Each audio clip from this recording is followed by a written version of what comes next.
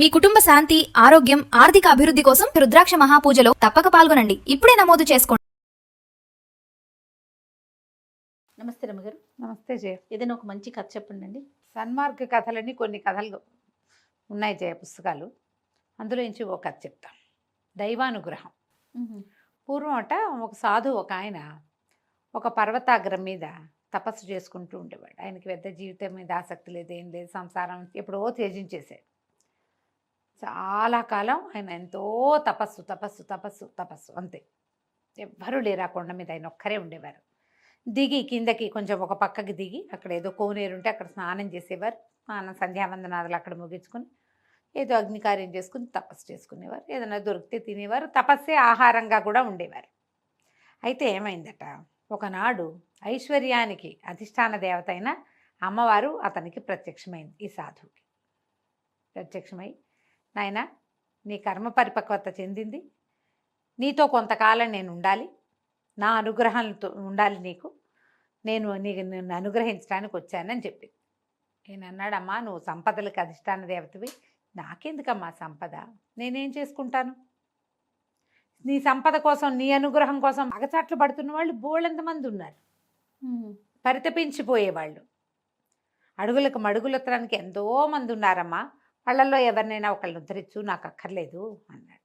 అంటే ఆవిడ ఒప్పుకోవాలి. కాదు నాయన, కర్మకి నువ్వు బద్ధుడివే, నేను బద్ధురాలనే. నేను కూడా ఇప్పుడు నిన్ను అనుగ్రహించవలసిన సమయం ఇది. నేను అనుగ్రహించి తీరాలి, దీంట్లో నుంచి నేను కూడా తప్పుకోలేను. నువ్వు ఇంత తపస్సు చేసావు, నిన్ను నేను అనుగ్రహించాలి.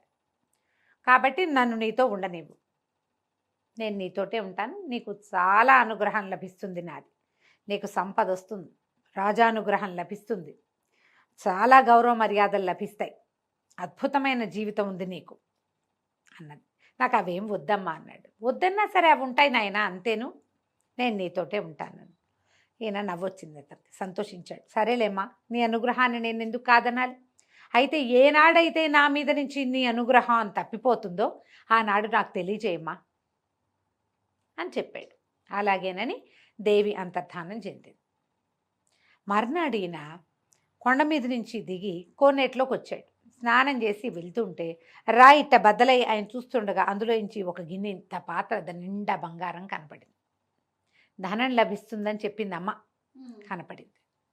ఆయనకి నవ్వొచ్చింది. ఎందుకు, నాకు ఏం చేసుకుంటా నేను? దాంతో తినేది లేదు, తాగేది లేదు, కట్టుకునేది లేదు, అనుభవించేది లేదు, ఎందుకు నాకు ధనం? దాన్ని పక్క నుంచి తప్పుకొని పైకి వచ్చేది. సాయంకాలము ఆయన తపస్సు అది అయిపోయాక వచ్చి ఆ గుహలో నుంచి బయటకు వచ్చి ఒక రాయి మీద కూర్చున్నాడు. ఆయన అట్లా కిందకు చూస్తుంటే దూరంగా రాజమహలు అవి కనపడుతున్నాయి. ఈయనకు ఒక లోపల నుంచి ఒక సరదా వచ్చింది. అమ్మ అనుగ్రహం ఏమిటో చూద్దాం. ఇంకా పొద్దునేమో బంగారం కనపడింది, మనకు అక్కర్లా. ఇంకా ఆవిడ చెప్పింది కదా, రాజాశ్రయం, రాజానుగ్రహం, ప్రజలు నేను జేజేలు పలుకుతారు, అడుగులకు మడుగులొత్తుతారు, ఏమిటో అది చూద్దామనుకున్నాడు. దిగి నడుచుకుంటూ వెళ్ళిపోయాడు. ఆ కొండంతా దిగి నడిచి మర్నాడు పొద్దున రాజుగారు సరిగ్గా లోపల సభ తీరి ఉండగా లోపలికి వెళ్ళాడు. ఈయన అలా లోపలికి వెళ్ళాడు సభలోకి. జనాలు చాలామంది కూర్చున్నారు. రాజుగారు తన సింహాసనం మీద ఉన్నాడు.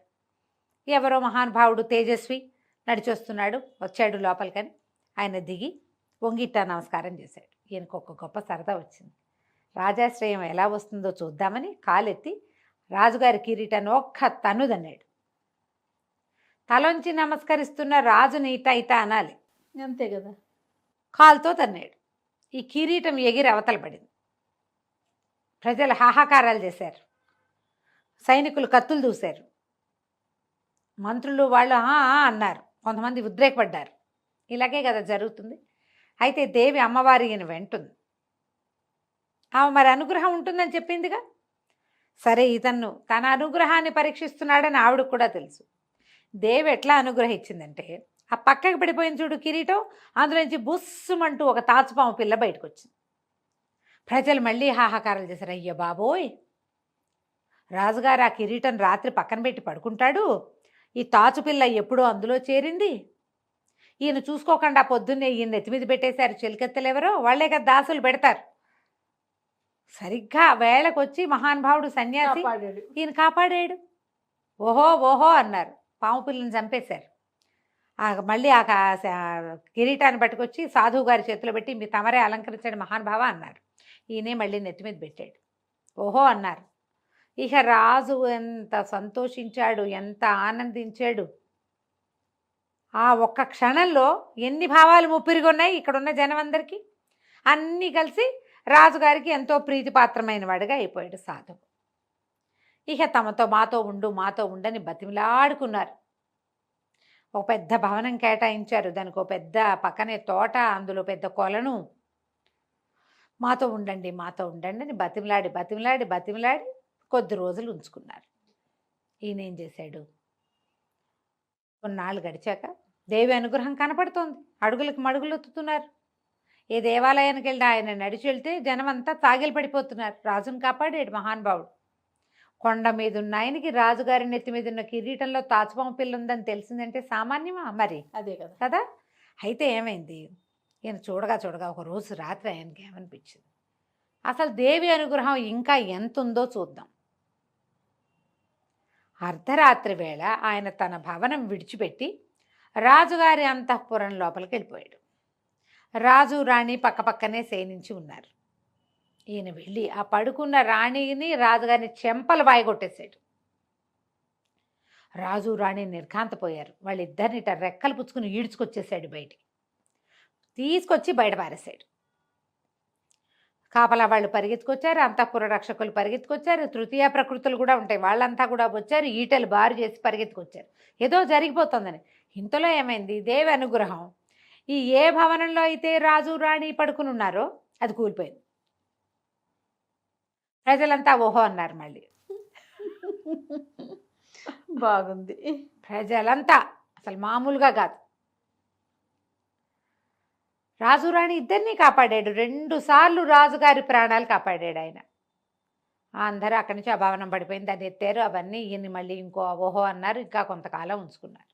సరే, ఒకరోజు ఏమైంది, ఈయన తోటలోకి వెళ్ళాడు. వెళ్తే ఒక చక్కటి పసుపచ్చటి మామిడి పండు ఒకటి కనపడింది ఆయనకి. వెళ్ళి ఆ పండు కోసి పండు చేత్తో పుచ్చుకుని అటు ఇటు తిరుగుతుంటే రాజుగారు వచ్చి పొద్దున్నే దండం పెట్టాడు. మధ్యాహ్నం ఏమో అయిందిలే, దండం పెడితే ఈయన ఆ పండుని చేతిలో పెట్టాడు. ఈయన అదేదో ప్రసాదంగా భావించి రాజుగారు ఆ పండుని కళ్ళకద్దుకుని తీసుకుపోయాడు.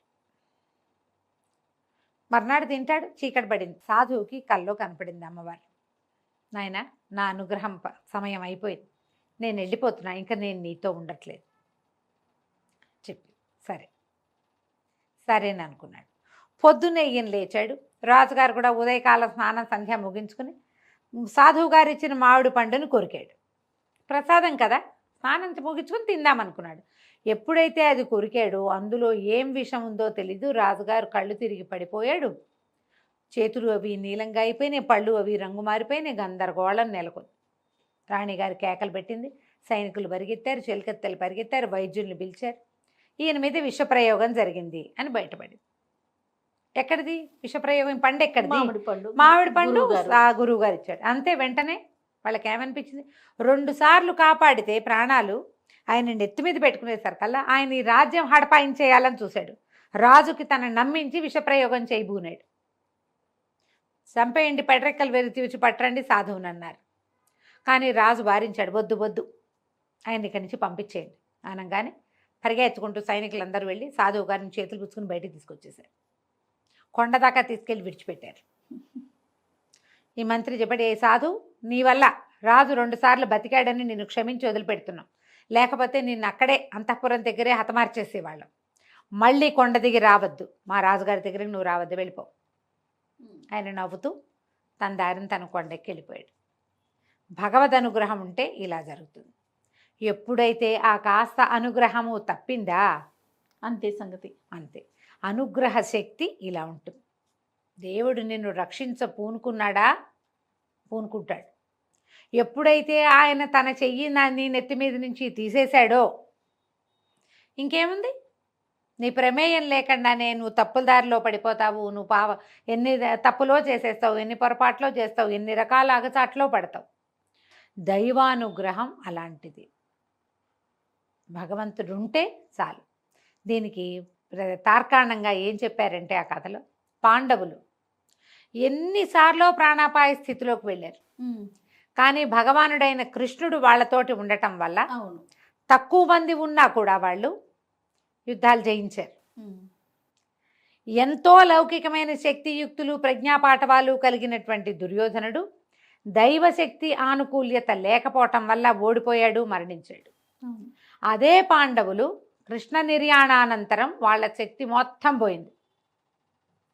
కృష్ణుడు వెళ్ళిపోయాక అంతే. అర్జునుడు కృష్ణుడి భార్యల్ని మనకి హస్తినాపురానికి తీసుకొస్తే ఎవరిని దస్యులు వాళ్ళు వీళ్ళు భిల్లులు వెంట పడితే వాళ్ళని జయించలేకపోయాడు ఆయన. గాంధీవం పనిచేయలే అతనికి, ఏమీ చేయలేక లేక. లేదు. ఆ దైవ బలం మన పక్క నుంచి తప్పిపోయిందా ఇక మనం చేసేదేమీ లేదు. కాబట్టి దైవ బలాన్ని పెంచుకోవాలి. దీనికి చేయవలసిందేమిటి? ప్రార్థన, సహాయం 2. తప్పకుండా రమణ. నమస్తే. నమస్తే.